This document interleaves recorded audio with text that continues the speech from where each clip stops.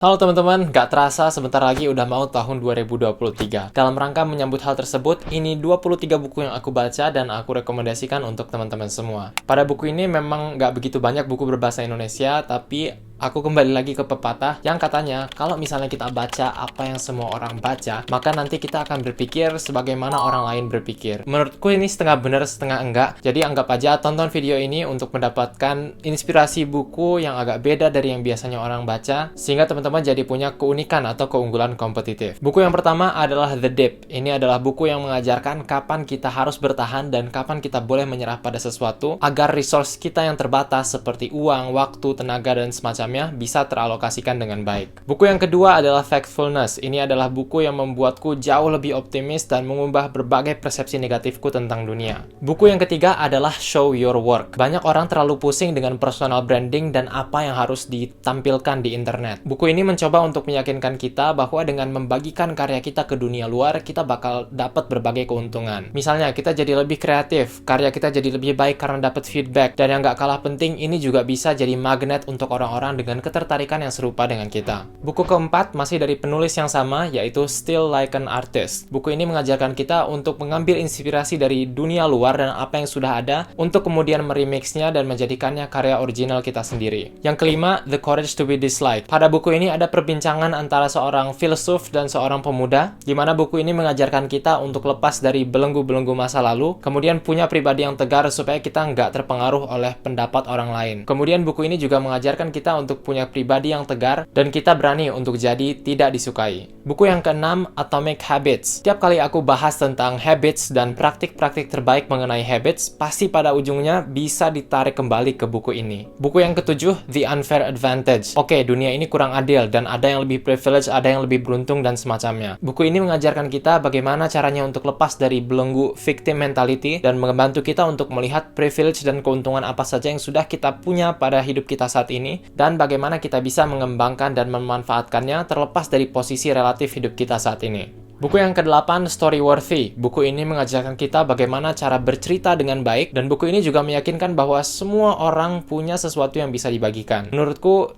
gaya storytelling dari buku ini sangat cocok denganku, nggak terlalu dramatis, tapi ngena banget. Buku yang ke-9, The Psychology of Money, yang ngebahas tentang bagaimana kita bisa mempunyai hubungan emosional yang lebih baik dengan uang, karena seringkali masalah dengan uang ini berkaitan erat dengan gengsi, insecurity, dan semacamnya. Kemudian buku yang 10, Daring Greatly. Ini buku yang bahas tentang bagaimana dengan kita membuka sebagian dari diri kita ke orang-orang yang tepat, atau dalam kata lain menjadi vulnerable. Ini dapat membantu kita untuk meningkatkan kualitas hubungan kita dengan teman, keluarga, bahkan dunia luar. Kemudian buku yang 11, The Elephant in the Brain. Buku ini menunjukkan motif-motif apa saja yang ada dalam diri manusia. Misalnya motif yang terdengar baik, kayak misalnya, aku mau bikin channel YouTube supaya aku bisa memajukan pendidikan Indonesia. Kemudian yang satu lagi, motif yang terdengar kurang baik, misalnya, aku pengen bikin channel YouTube supaya aku bisa dapat pendapatan dan menggunakan uang itu untuk kesenanganku sendiri. Nah, buku ini kayak membahas bahwa bagi semua orang ada motif yang satu tadi dan yang kedua tadi. Nah, buku ini membantu kita untuk melihat adanya dua motif itu, satu yang terdengar baik dan satu yang ada tapi kita nggak terlalu suka untuk mengakuinya. Kemudian buku yang ke-12, Ultra Learning. Buku ini mengajarkan kita untuk belajar skill apapun, mulai dari mana, fokus di mana, dan apa saja yang harus kita lakukan jika kita menghadapi berbagai tantangan dalam proses belajar kita. Kemudian buku ke-13, The Inner Game of Tennis. Bercerita tentang dua sisi dari pikiran manusia, yaitu yang disadari dan yang nggak disadari, melalui lensa permainan olahraga tenis. Jadi dengan kita bisa mengoptimalisasi kedua diri tadi, ini dapat membantu performa kita di olahraga, pekerjaan, dan juga kehidupan. Kemudian yang ke-14, Who Moved My Cheese? Buku klasik yang mengajarkan kita tentang perubahan dalam hidup dan bagaimana cara kita untuk bisa menghadapinya. Kemudian buku yang ke-15, Purple Cow. Ini adalah buku yang mengajarkan kita untuk menjadi sapi ungu, yang mengajarkan kita bukan untuk menjadi yang terbaik pada suatu kategori, tapi untuk menjadi yang paling unik dan satu-satunya dari kategori kita sendiri. Kemudian yang ke-16, Die with Zero, mengajarkan kita bagaimana kita bisa meninggalkan dunia dengan 0 rupiah di rekening bank kita. Intinya buku ini mengajarkan bagaimana dalam satu kesempatan kita dalam hidup, kita bisa memanfaatkan uang dengan sebaik-baiknya daripada nyimpen kemudian terus nggak kepake sama sekali,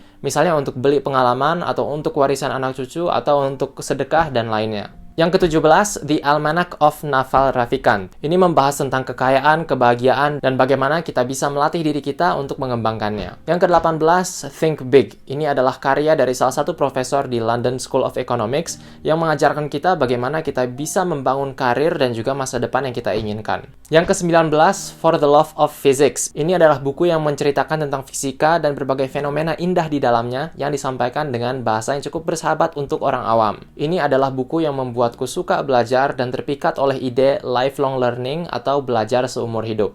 Yang ke-20, Unbroken. Ini membahas ceritanya Louis Zamperini, seorang pelari yang kemudian dipanggil untuk Perang Dunia. Kemudian ini membahas kesehariannya, termasuk masa-masanya saat ia jadi tahanan perang. Ini adalah salah satu dari sedikit buku yang membuatku meneteskan air mata. 21. Zero to One. Ini adalah buku karya Peter Thiel yang dulu nemuin PayPal dan juga jadi investor di Facebook. Buku ini mengajarkan kita untuk membuat startup dan bagaimana ternyata terlepas dari kita ada di bidang apapun saat ini, mau sains, mau kedokteran dan semacamnya, selama kita bisa menemukan sesuatu dan menciptakan zero to one, kita bisa menawarkan value yang begitu besar dan membangun startup yang kita banggakan. 22. Tribes. Ini mengajarkan kita tentang kepemimpinan, mengajarkan kita bagaimana cara menemukan kelompok atau lingkungan yang tepat untuk kita, kemudian bagaimana cara mengkultivasinya, dan juga mengajarkan bagaimana tekanan-tekanan dari pihak luar itu seringkali bisa menguntungkan untuk diri kita dan juga kelompok kita. Ke-23 dan terakhir untuk daftar ini yaitu biografi Arsene Wenger dan Sir Alex Ferguson. Beliau-beliau ini adalah mantan manajer dari dua klub Liga Inggris yang terbaik pada masanya. Menurutku baca tentang biografi mereka ini menarik karena sepak bola ini terkenal dengan banyaknya tensi, emosi, dan semacamnya, dan secara umum kalau misalnya kita mau ada di dunia sepak bola, kita harus jadi pribadi yang tangguh. Aku juga punya request, kalau teman-teman ada buku rekomendasi yang dibaca dari 1 tahun ke belakang ini, silahkan ditinggalkan di bawah, karena aku pengen tahu, dan mana tahu teman-teman lain yang baca juga jadi kepincut dan tertarik untuk membelinya. Tonton video-video tentang buku, mindsets, dan pelajaran hidup lainnya di sebelah sini. Terima kasih dan sampai jumpa pada video berikutnya.